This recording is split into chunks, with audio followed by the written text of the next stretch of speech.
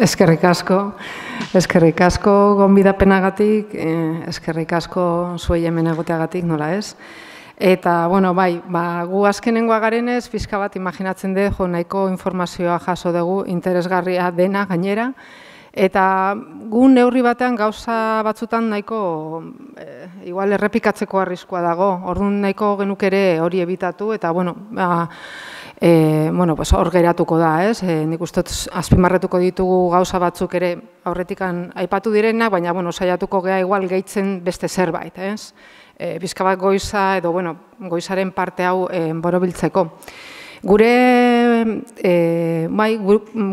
egia esan aurkezpenean aipatu denez, Jaimek ibilbide luzea dauka gazteen arloan lan egiten, eta baita ere hizkuntzaren arloan, eta ni neu antzekoa, ez? Baina momentu batean, zorionez, topo egin genuen, eta daramagu, hori, 3-4 bat urte, bidaia elkarrekin egiten, ez? Gu bizka bat ikerketa ulertzen dugu bidai antzera, bidai moduko bat bezala irudikatzen dugu, ikerketa mundua edo ikerkuntza, eta horrela gainera enfokatu nahi izan dugu gaurko hitzaldia.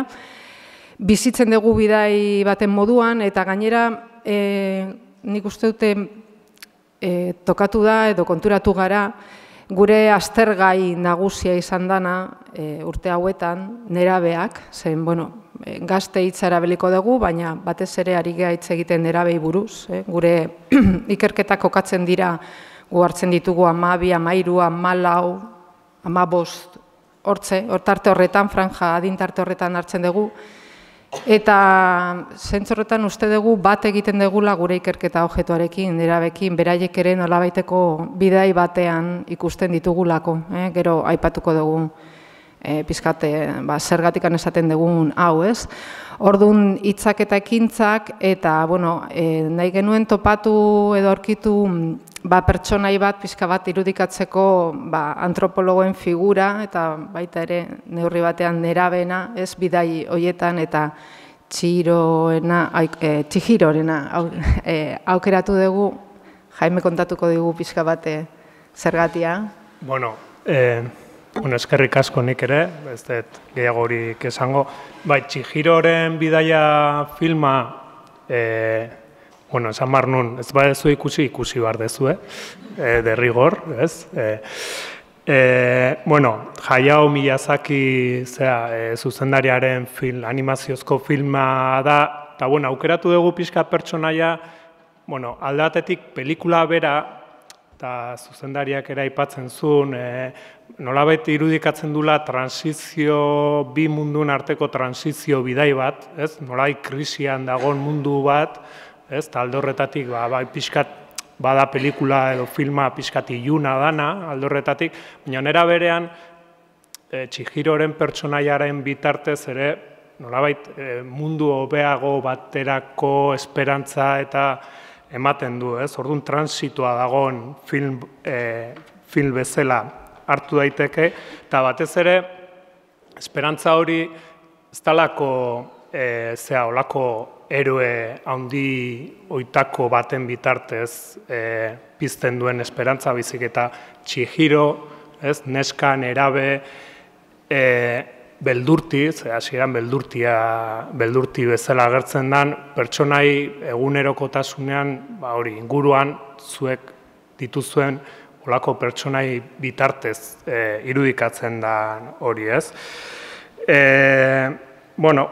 Eta Txihirok, Jonek esan duen bezala, Txihirok bidai bat egiten du, pelikulan zehar, bidai iniziatiko bat egiten du, eta gure ikerketak ere Jonek esan duen bezala pixkat, gure ikerketa zentzu hori hartzen diogu, bidaiarena, transitoarena, prozesuarena, eta pixkate gaur hortaz arituko gea. Bai, hori da, eta bakarri bi apunte, batetik, gaur gu, igual beste islarik egin duten moduan, gu ez gatoz ikerketa bat aurkeztea, baizik pixka bat, komentatzea, konpartitzea, azkenengo aipatu dugun 3-4 urte hauetan bideratu ditugu ikerketa batzuk, eta pixka bat horien gainean egindako gogoeta batzuk, eta baita ere hitz batzuk, ez? Orduan ez dela ikerketa jakin baten emaitza, nolabait gaur aurkeztuko duguna, baizik, gure azkenengo hori 3-4 urteko bidai honetan topatutakoa, ez?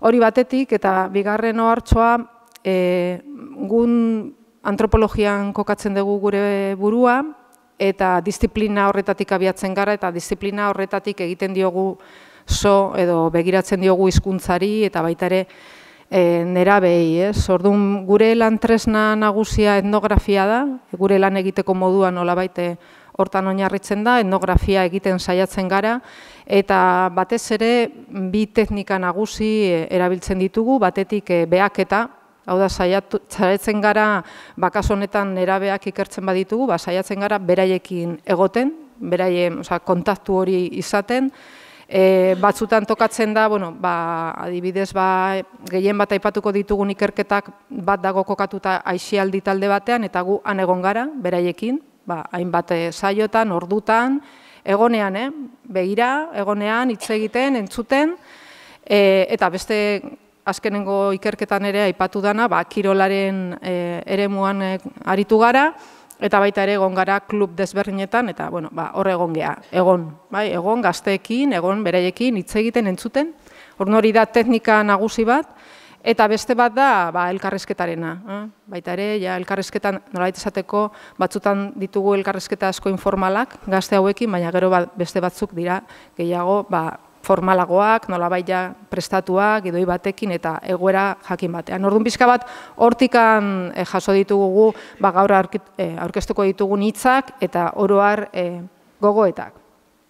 Orduan, ni beti gustatzen zait aipatzea, gazteak eta euskera eta asko hitz egiten dugu eta daramagu urteak eta daramagu urte batzuk, ez? Nik hor jaso dut egin nuen bilaketa askar bat aldizkarian, sartu nintzen badakizue aldizkari zenbaki guztiak, ia guztia daude sarean, eta egin nuen bilaketa bat, eta baina 82an ditugu artikuluak nolabait zeinetan agertzen da gaia, ez, gazteak, eta beti, edo, hasierako lan horietan, hasierako artikulu horietan, kezka agertzen da, ez? Orduan, bidaiaren abiapuntua horregatik esaten denik kezka da.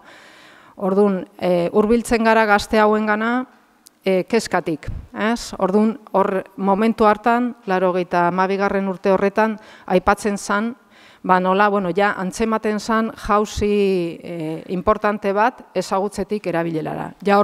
Orduan, azten geha pixka bat kezka honekin. Niretzako importantea da, zen, sortzen da kezka, eta, juten da kezka hori garatzen, eta, gaur arte, baina, momentu honetan hor ikusten zan, hor agertzen da, nolabait desfase bat dagoela. Ezagupena, erabilera, eta inkluso, esaten, atxekimendu, garai hartan, atxekimendu edo motivazio nahiko altua omen zuten, baina gero ez etorren bat, atxekimendu edo motivazio hori erabilerarekin. Orduan, bidaiaren abiapuntua hori dala, uste dugu, eta zein da helmuga, etorkizuna, ez? Gaztei buruz oro har hitz egiten dugunean, hizkuntzaren gaiarekin lotuta, agertzen da aipatutako kezka hori, eta beste agertzen da kezka horren trasfondoan zer dago. Trasfondoan dago, gaur egungo gazteak izango direla etorkizunean helduak, eta orduan, hor nolabaiteko proiekzioa egiten dugu, ez? Orduan, 1989an, etorkizuna aurre ikusten ikerketa aurkeztu zanean, alako hitzak aipatu ziren, ez? Gaztetxoen hizkuntza identitatea ezagutzeak, etorkizunean izango dugun gizartearen hizkuntza kezkak eta nahiak ulertzen lagunduko du. Nolabait, ari geha, gazteak interesgarria dira eta kezkagai dira, nolabait, hoien bitartez, aurreikusten ari garelako etorkizun bat. Eta, etorkizun hori, batzutan, ez da, oso argia nolabait eta aldiz iluna irudikatzen dugu, eta, alako komentarioak agertu ziren kasu honetan, ez? Bai, bueno, eta horrekin lotuta pixkat, aipatuko dugu gauza pare bat guk gaztetxo hauek gure ikerketetan nola ikusten ditugun edo nola saiatzen geran ikusten. Eta, bueno, batetik, esatea, normalean gure kultura, mendebaldeko kultura honetan, biziaroa edo oso modu linealean ikusten degula, ez? Haurtzarotik, heldutasunera, ez? Nolabait hor linea bat markatzen dugu, eta nolabait hasiera haurtzaroa litzateke, eta helmuga, pertsona guztiak iritsi behar dugun helmuga, heldutasuna izango litzateke, ez? Heldu izatea. Eta hor normalean, kokatzen dian nerabeak, gazteak, baina batez ere nerabeak, nolabait transizio etapa batean edo kokatzen ditugun, ez? Eta, bueno, hemen DBH-ko irakasleak zeaten hor, nolabait, segurazki zuek ere zuen lanan hor transizio garai hortan edo transizio hitz horrekin ere segurazki lotuta agertzen zaizue. Transizio hau, bueno, ulergarria da eta evidentea da, nerabeak transizio garai batean daude, baina batzuetan badauka alderdi negatibo bat, zenbait autorek hor agertzen den Maktugalek adibidez aipatzen zuena, eta da, nolabait beti bukatu gabeko helduak bezala ikusten ditugula gazteak eta zehazki nerabeak, ez? Nolabait, bila dauden sujetuak, ez? Beti zerbaiten bila daudela, baina bukatu gabekoak. Orduan, nolabait, horrek badauka alderdi negatibo bat, eta gero bestetik ere etorkizuneko izaki bezala izendatzea eta irudikatzea horre badauka ere batzuetan beraien gainean motxila oso pisutsua ere kargatzea. Etengabe, aigea, zuek etorkizunean, hau ingo beti etorkizunari begira, eta zenbait gaietan, batez ere gizarte arazoak agertzen dienen ere, nolabait askotan esaten dugun hitz magikoa da. Hori heziketan bitartez, generazio berrien heziketan bitartez konponduko da, eta nolabait, da motxila guk deskargatu eta beraien gainean jartzea. Guk saiatzen gara nerabe hauek gehiago ikustea prozesuan dauden sujetu bezala. Hau da, iruditzen zaigu pertsonak denok prozesuan etengabe gaudela. Eta aldaketa eta dinamismo horretan gure bizitza osoan gaudela, orduan hortikan saiatzen gara nerabe hauek ikusten. Euskararen bizi berritze prozesuan, Jonek esan duen bezala, kezkaia gazteen gain aspaldi sortu zen, baina, hau ez da berria, baina badakigu nagusitu den edo nagusitu zen ideia zen, haur eta gazteak euskara ikastearekin, nolabait biziberritze prozesua azkartuko da edo horren bitartez lortuko du euskara normalizatzea.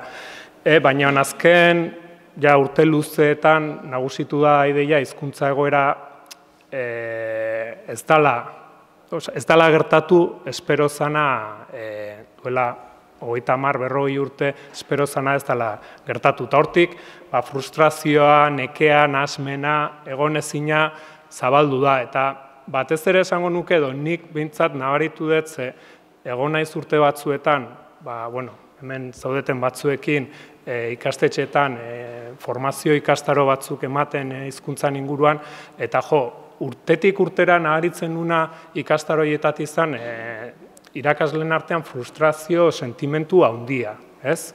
Hori, nolabait gizarteak mandako lan bat, ardura bat zuei ere, eta ez dakit, nolabait hor frustrazioa, ez? Nolabait iruditzen zaigu ere, gazten gain edo jarri dan hori ardura agian handiegia, bai, baina hor guk badauzkagu zalantza batzuk, bitartean zein nolako ardura, zein nolako jarrera hartu dugun helduok, ez? Eta hortan guk ere sartuta noski. Bueno, hori esan da, guk bidai aipatu du Jonek lehen metodologian inguruko gauza batzuk, guk zer egiten dugu, baina bueno, beste bi gauza, bidai egiten nahi gean ikerketa bidai honetarako ekipajea edo litzateke. Gu saiatzen geha gazteekin egiten ditugun ikerketa hauetan hurbilpen kolaboratibo bat egiten, hau da, gu beraiekin gaude, ikertzen dugu, baina saiatzen geha beraiek ere ikerketan nolait modu aktiboan parte hartzen. Beraiek esaten dizkigutenak ez dira datu hutsak, baizik eta beraiek esaten dizkigutenak ere ikerketan eragina dute, bai, hurbilpen kolaboratiboa, bai. Eta gero gazteen agentzia soziolinguistikoari kasu hontan aitorpena, bai. Ulertzen dugu gaztetxo hauek helduok sortu dugun testuinguru soziolinguistikoan murgilduta daudela, baina etengabe ari diala elkarrizketa batean eta etengabe ari diala guri gauzak esaten. Bai, kontua da gero guk denbora hartzen dugun entzuteko edo guk esaten dituztena kontutan hartzen ditugu. Baina iruditzen zaigu etengabe daudela edo bintzak gure esperientzia ikerketetan hori da, eta bueno, lehen ere aipatu dituzten beste ikerketetan ere nik hori somatu dut, ez? Nolabait gaztek gauzak esateko gogoa dute eta gauzak esaten dituzte eta gauza asko esaten dute beraiei buruz, baina baita guri buruz ere. Bai. Bueno, azkenean aurrek eta gazte parte hartzen dute egoera soziolinguistikoan eta baita hizkuntzan gainean sortutako diskursoetan eta ideologiatan. Nolabait euren jarrera, euren diskurtso laguntzen digute antzematen nola bizitzen eta esperimentatzen ari dian hizkuntza normalizazioa, beraiek nola bizi duten hori, hizkuntza normalizazioa deitzen dugun hori nola bizi duten, baina oro har ere iruditzen zaigu euren ahotsek euskararen bizi berritze prozesua orain eta hemen nola gertatzen nahi dan ulertzen laguntzen digula. Ez bakarrik nerabezaroan hizkuntzarekin ze gertatzen nahi dan, baizik eta gizarte gisa ze gertatzen nahi dan hizkuntzarekin beraiek ere esaten digute, ez? Chihiroren adibidea berriz hartuta litzateke, Chihiroren pelikulan, Chihiroren begiradan bitartez nolabait krisian dagoen mundu hori jasotzen ari dira, ez? Kasu honetan ere guk ulertzen dugu hola dela, bai. Bueno, eta banatu dugu pixka bat edukia gure emaitzak edo bi ataletan, alde batetik ekintzak edo deitu duguna, edo gazte bezala nola jokatzen duten, horri buruz hitz egingo dugu, saiatuko gara pixka bat labur eta gero hitzak, ez? Nik hitz egingo dut pixka bat ekintzei buruz eta Jaimek hitzei buruz. Eta, batez ere, gure ikuspegitik importantea da, eta nik uste dut agertu dela, beste bi hitzaldietan, importantea da ere, esaten diren hitz horiek testuinguru bat jartzea, eta baita ere, irudikatzea nondikan ari diran gazte hauek hitz egiten, ez? Eta guretzako beti, Jaime eta biontzat beti galdera importante bat izan da, gaur egun hemen Euskal Herrian gure errealidadean zer da gazte izatea, ez? Interesatzen zaigu eta gure ikerketetan beti hortikan abiatzen gara, iruditzen zaigu dela modu bat gero hizkuntzari buruz esaten dana ulertzeko, ez? Diskurso horrek behar du lur bat eta horretarako ulertu behar dugu bizka bat gazte hauek nondikan hitz egiten duten, ez? Orduan, lau edo hiru lau zerzelada edo pintzelada gazte hauei buruz, zuek ezagutzen dituzue, orduan labur edo harin jun gaitezke, ez? Baina, hauek dira pixka gu jasotako inpresioak gure ikerketa horietatik, ez? Asko galdetu diegu beraiei, ez? Hori, gure ikerketetan beti hasiera da, eta zuek gazte bezala nola definitzen dezue zuen burua, zer da gazte izatea? Eta, gu topatu duguna, batez ere neraben artean, nerabei buruzari gara, beraiek gazte izatea edo gaztetasuna ezaugarri positiboekin lotzen dute. Gaztea dira politak, modernoak, adizkideak, umoretsuak, irribarretsuak, ondo pasatza gustatzen zaie, kirolaria dira, asko lotzen dute edertasunarekin, ez? Eta, bueno, hortan ere, euren diskursoetan, gorputzaren garrantzia nabarmena da, ez?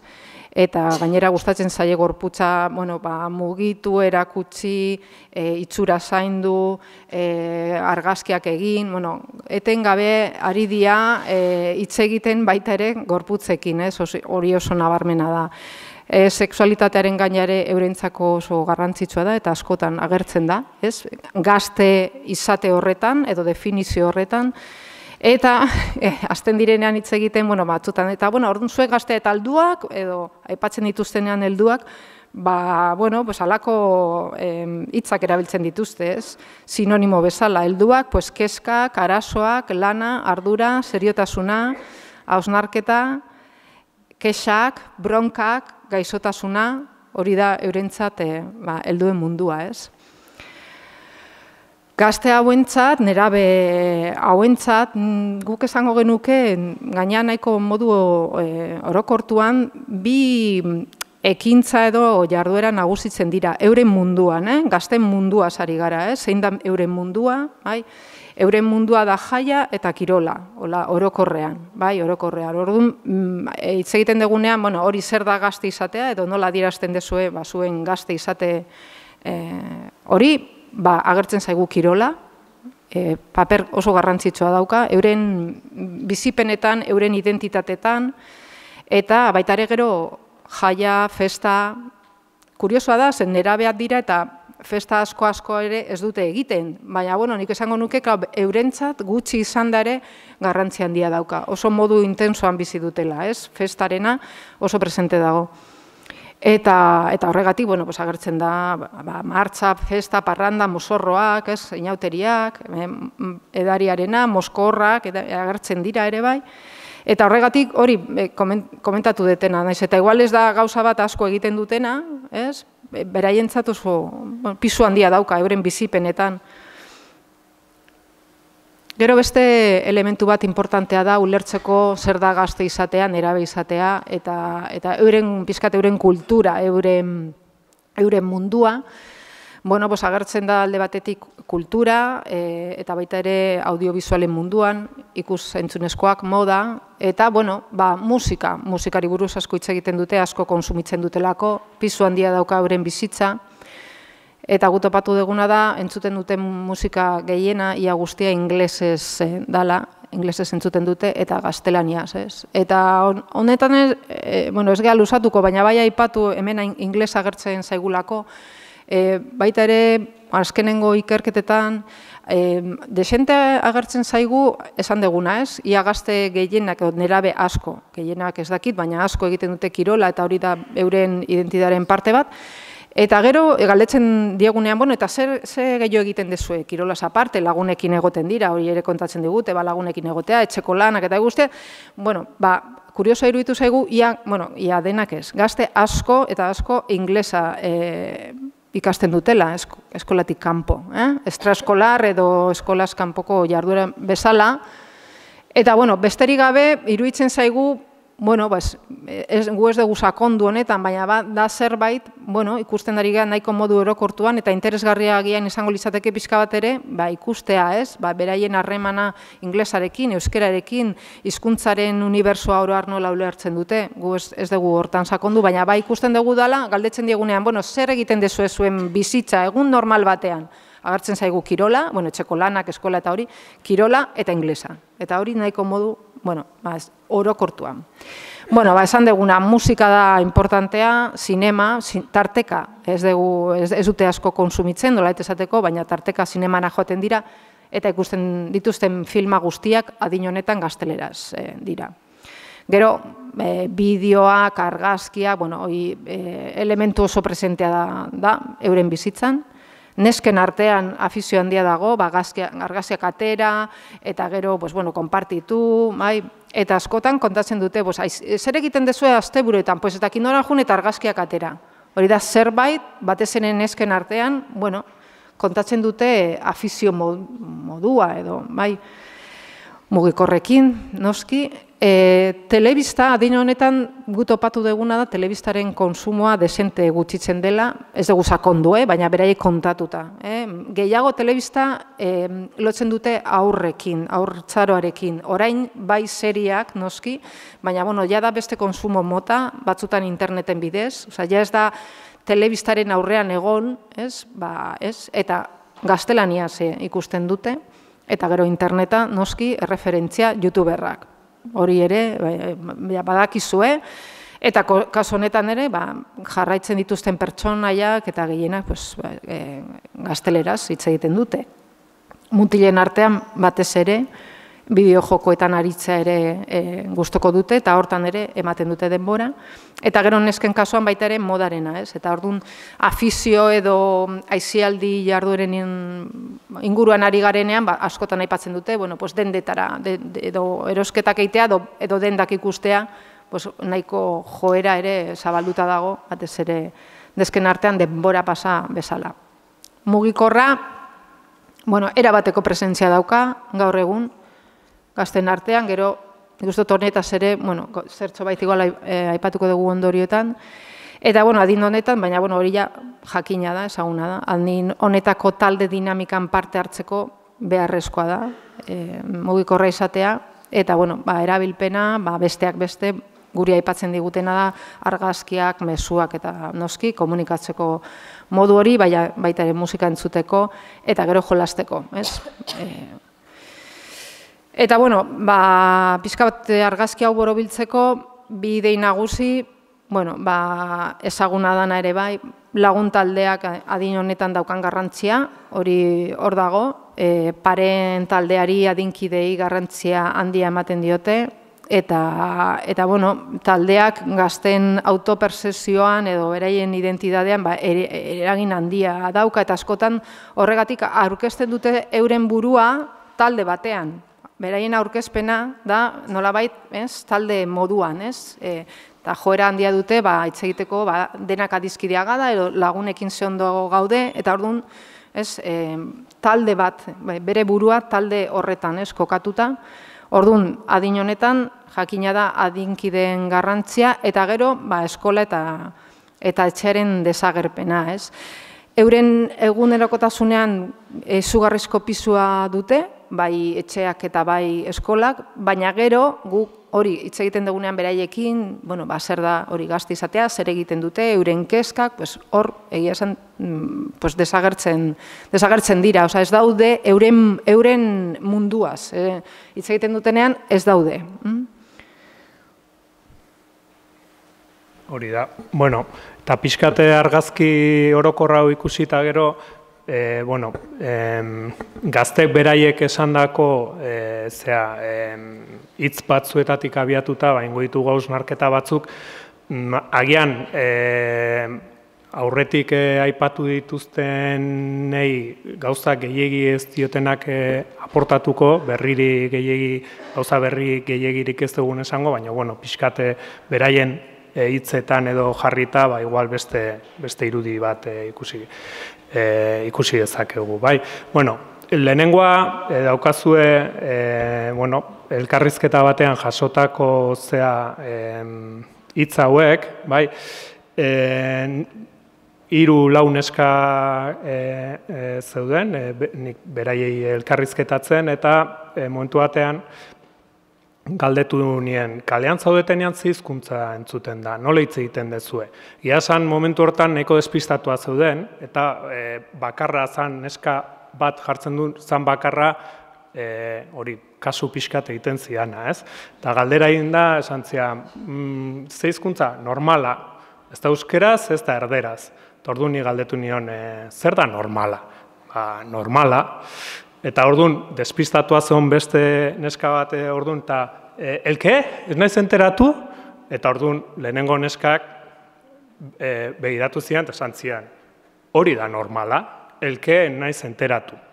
Hau da, neska honek, eta gero ikusi dugu, ez hain esplizitoki esan da, baina ikusi dugu beste elkarrizketetan eta behaketetan ere, beraientzat lagun artean normal hitz egitea hori dala, ez? Elke naiz enteratu hori dala normal hitz egitea. Hau da, hizkuntza alternantzia kode nahasketa dala beraientzat normal hitz egitea. Inkluso, pixkate gehiago galdetzen badiozu, euskeraz bakarrik hitz egitea, ez da gauza bera gertatzen gaztelaniarekin, baina euskeraz bakarrik hitz egitea pixkat arraro gelditzen da lagun arteko hizkera gisa. Hor ikusi dugu, behaketetan eta asko ikusi dugu nolabait guk olatuaren efektua esaten dugun, ez? Nolabait badator olatua euskeraz ari dira, badator olatu bat gaztelaniazkoa, eta orduan ja gaztelaniara pasatzen da itsasora, ez? Eta bapatean euskeraz sartzen da, eta euskerara, olako zea, ia konturatu gabe, gainera, beraiek ia konturatu gabe, nolabait aldaketa horiek egiten da. Beti ere, gaztelania askoz presentzia handiago izaten duela, eta gaztelania bakarrik lagun artean hitz egitea, hori bai, arruntago edo normalago egiten zaiela testu ingurun arabera, bai. Bigarrena, hontan gehiegi ez dute aipatuko, ze Jonegi aipatu du, taldearen garrantzia, bai, gazte izaerak talde identitate batekin identifikatua egotea ekartzen du. Bai, oso importantea talde identitate hori eukitzea. Eta hor, adierazpen ezberdina jaso ditugu, baina hor, azkenekoa irutzen zait igual adierazgarria hizkuntzarekin lotuta agertzen dalako, bai.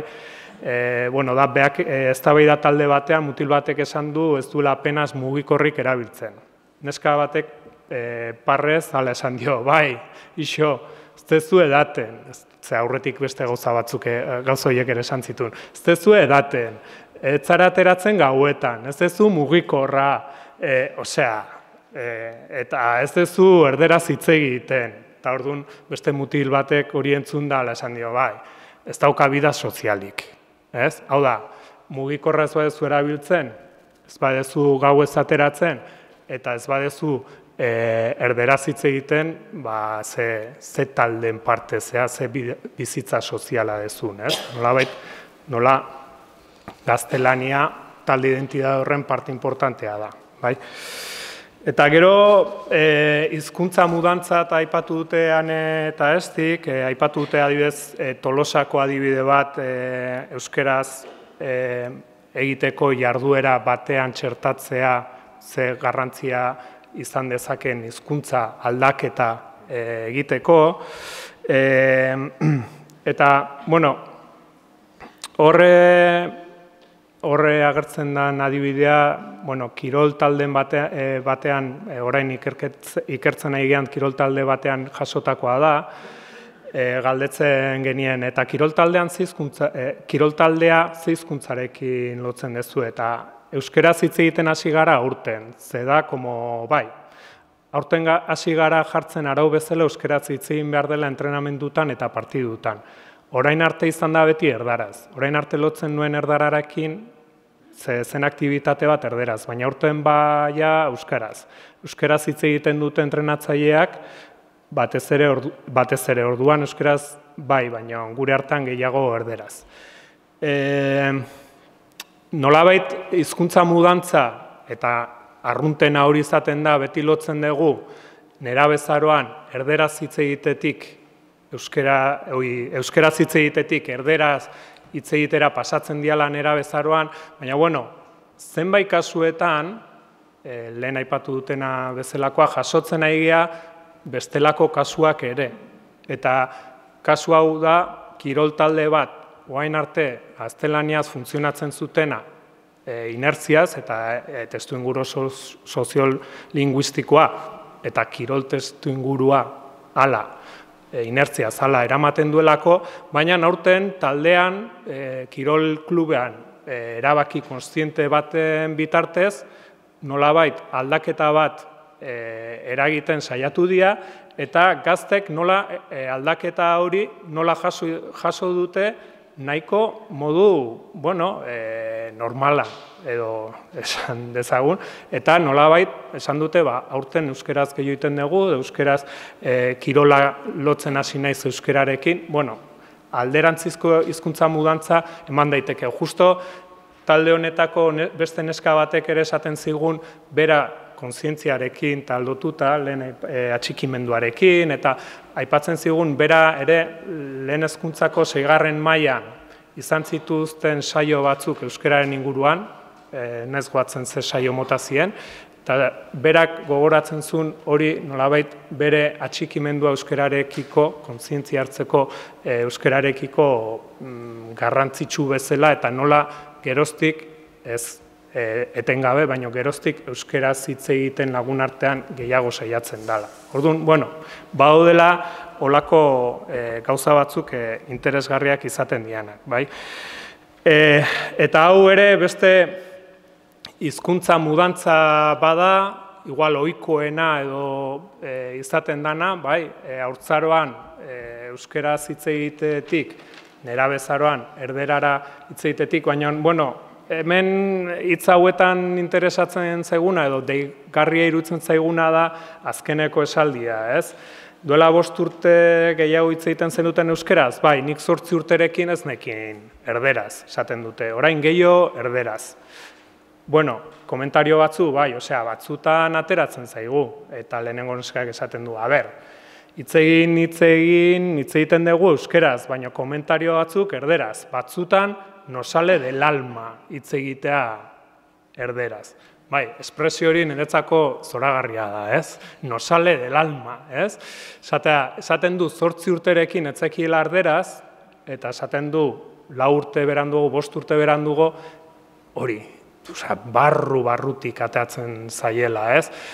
Bueno, alde batetik, Jon eta Bio komentatzen honen inguruan, Jonek esaten zion, bueno, alde batetik honek adierazten du nola nerabezaroan badute, ez? Hori, nolabait, alaitasun hori esateko, oain gaztelania barrutik ateatzen zaigu, eta batea, eta bestera, eta nolabait, igual, helduok hortatik ikasin barko genuke, ez?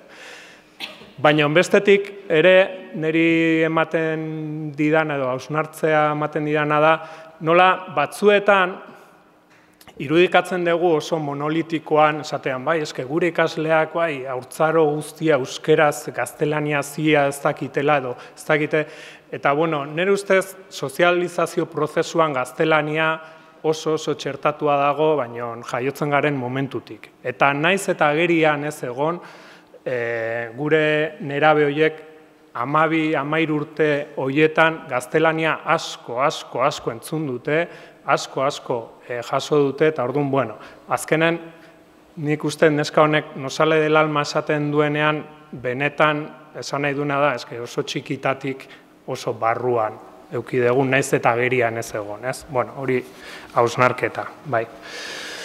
Eta, bueno, besterik gabe ja bukatzen juteko azkenengo, gogoetak, ez, pixka bat, orain arte, gure bidaiak eman duenari begira, idei batzuk, gogotatu dugunaren inguruan.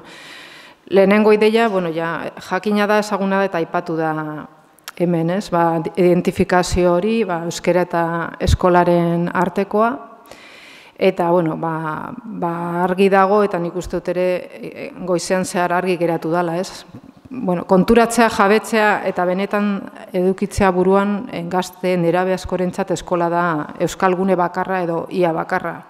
Onda baita ere da idei bat edukitzeko buruan gero gure ondorioak ateratzeko edo gure interpretazioak, ez hori oso presente eduki behar dugula bestela ezin dira ulertu gauza asko, ez? Ikusten dugunagu ere, gure esperientzian, hori, ez?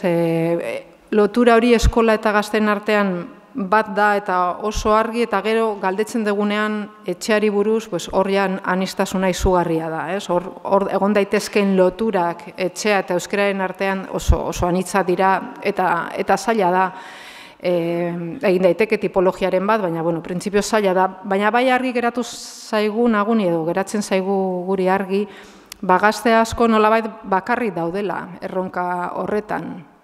Sensazio hori behintzat badegu, ez?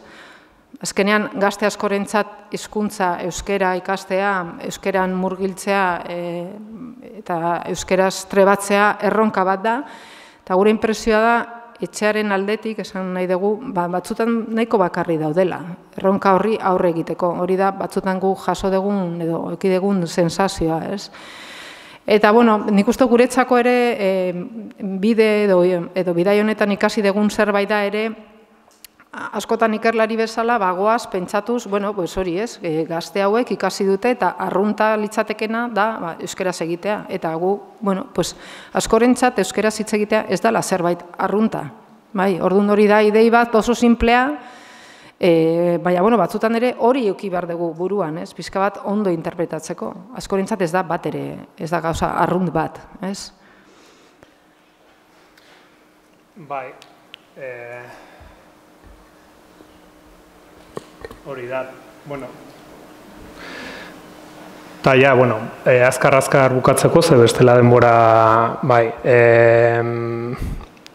bueno, bi hizkuntzarauen artean bizi dirala gazteok, hori ere, bueno, jakina da, bai, eskolaren araua, euskeraz egin, eta kaleko araua, nolabait, gazteleraz egin. Hori oso garbi identifikatzen dute, batzuetan, niri nolabait, impresioa ematen dit, ze garbi identifikatzen dute kaleko araua eta eskolan araua zindian, baten batek esan izan digu, nola sentitzen zea euskeraz hitz egin esaten dizutenen helduek. Eta nolabait onartua dute eskola barruan hori esatea badagoki zuela, irakasleek hori esatea, bueno, bai, hori nolabait arau hori onartzen dugu, baina batzuk esategu, bueno, kalean norbaitek esaten badit, aserretzen, naiz, ze ez da eskola, ez? Nolabait, bai, pixkat, aserre, euskeraz hitzein, bi hizkuntz regimen identifikatzen dituzte oso garbi, ez? Gero, helduentzat batzuetan igual araua jarraitzea ohikoa desiragarria izan daiteken bentzela, beraientzat ere kontutan hartu behar dugu arau horiek ere transgresioa ere izan daitekela araua, ez, beraientzat. Eta hori, bueno, segun hizkuntza kontuetan ere erregimena, hizkuntza erregimena, segun zein dan, horren aurrean egiten dugu. Bueno, helduen joera kopiatuz, bueno, hor ere pixkate hemen badago kontu bat nik uste azken urtetan asko aipatu dana, baina igual matiz edo zea bat sartu inbarko genukena, eta askotan aipatzen dugu euskera oso lotuta dago haurtzaroarekin, bai, eta nola aurrekin, helduok aurrekin hitz egiten degula, baina gero gure artean ez. Azkeneko datuak inkesketetan, datuetan, eta gu jasotako arabera, iruditzen zaigu hor arau sozial bat sortu degula hizkuntzarekin, eta ez da araua ez da bakarrik euskera aurren hizkuntza dala. Araua da euskera aurrak eta helduen beraien elkarrizketetan hitz egiteko hizkuntza dala. Hau da, aurrek ere, eta hori kale erabileran azkeneko datuetan nabarmen ikusten da, aurrek ere ikusi dute, ikasi dute helduekin euskaraz hitz egin behar dutela. Baina gero beraien artean gaztelaniaz hitz egin dezaketela. Nolabait araua hori beraiek ere barneratu dutela. Ez dela aurren hizkuntza dela, baizik eta dela aurre eta helduen arteko hizkuntza bat. Eta hori Olatz Altunak soziolinguistika klusterreko azken kale neurketan datuetan, atera ditun datuetan oso garbi ikusten da.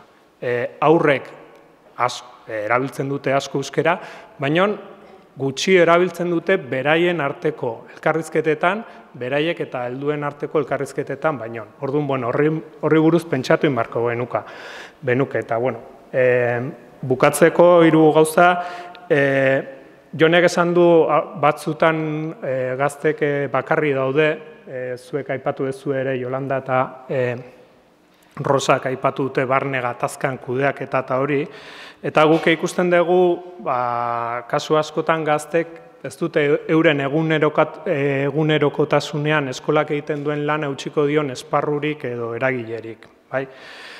Eta gainera, askotan errepikatzen dugun, beraiek heldu izatera helmuga izan bar duten horretara, esparru hori ere, nik behintzat ez dut ikusten, beraiek ikusten dutela hor euskerak garrantzia handirik duen. Hau da, esaten diegu, heldu izan bar dutela, baina era berean hor esparru heldu hortan eskolatik kanpo, esanet irakasle gandik kanpo, ez da oso euskerarekin lotuta orduan, hor pentsatu inbarko genuke. Gazte identitatearen oso importanteak oinarrizkoa dian bi elementuak, aisialdia eta hor batez ere kirola, eta sare sozialak momentu hontan, jarri dugu hizkuntza irizpiderik gabeko gunea dira, hizkuntza irizpidea beti daude, baina bintzat euskera hizkuntza irizpideak ez dituzten eremua dira, eta orduan pentsatu inbarko genuke zer egin daitekeen hor, edo zerbait egin behar dan, edo ez, ze bestela errealitate paraleloak bihurtzen ari dira, bilakatzen ari dira. Eta gero ikusi dugu hizkuntza normal definitzen duten hori, nola beraiek hizkuntzen arteko nolabaiteko negoziaziorako edo transiziorako gune beraiek sortzen ari diala, eta ez dakit oroar horri buruz zerbait egiten ari gehan, hizkuntza ezberdinen arteko negoziaziorako gune aukerak sortzen ari gea. Esaten ari bagea gazteak transiziunean daudela, agian hizkuntzarekin lotuta transizio esparruak ere behar dituzte. Hori ere igual, barne gatazka horiek zea gainditzeko ere izan daiteke, ez? Eta ja bukatzeko, Chihirorekin bukatuko dugu, eta, hau da esaldi bat, Chihiroren bidaian momentu batean agertzen dira bi sorgin biskiak, eta oitako batek momentu batean esaten dio Chihirori, ze Chihiroren kezka da bere gurasoak hazten ari dala, ez? Eta ea gurasoak haztuko dituta, eta sorginak esaten dio, lasai egon, bizi izan duzun ezer ez da hazten, naiz eta gogoratzerik ez izan. Eta, hau litzateke pixkat, zuek irakasleoi zuzendutako mezua, ez? Ze, egia da guk gazteekin ikerketa egin dugu, baina irakasle askorekin egon izan gea ere, eta, ikusten dugu,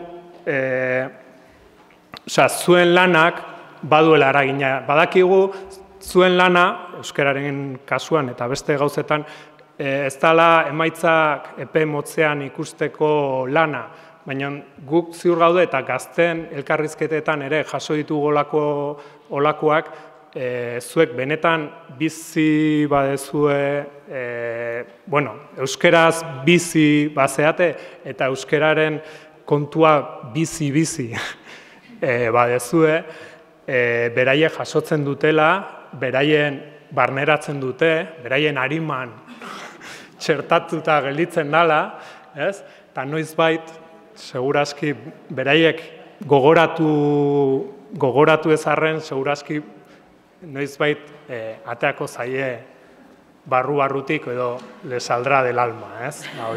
Eskerrik asko.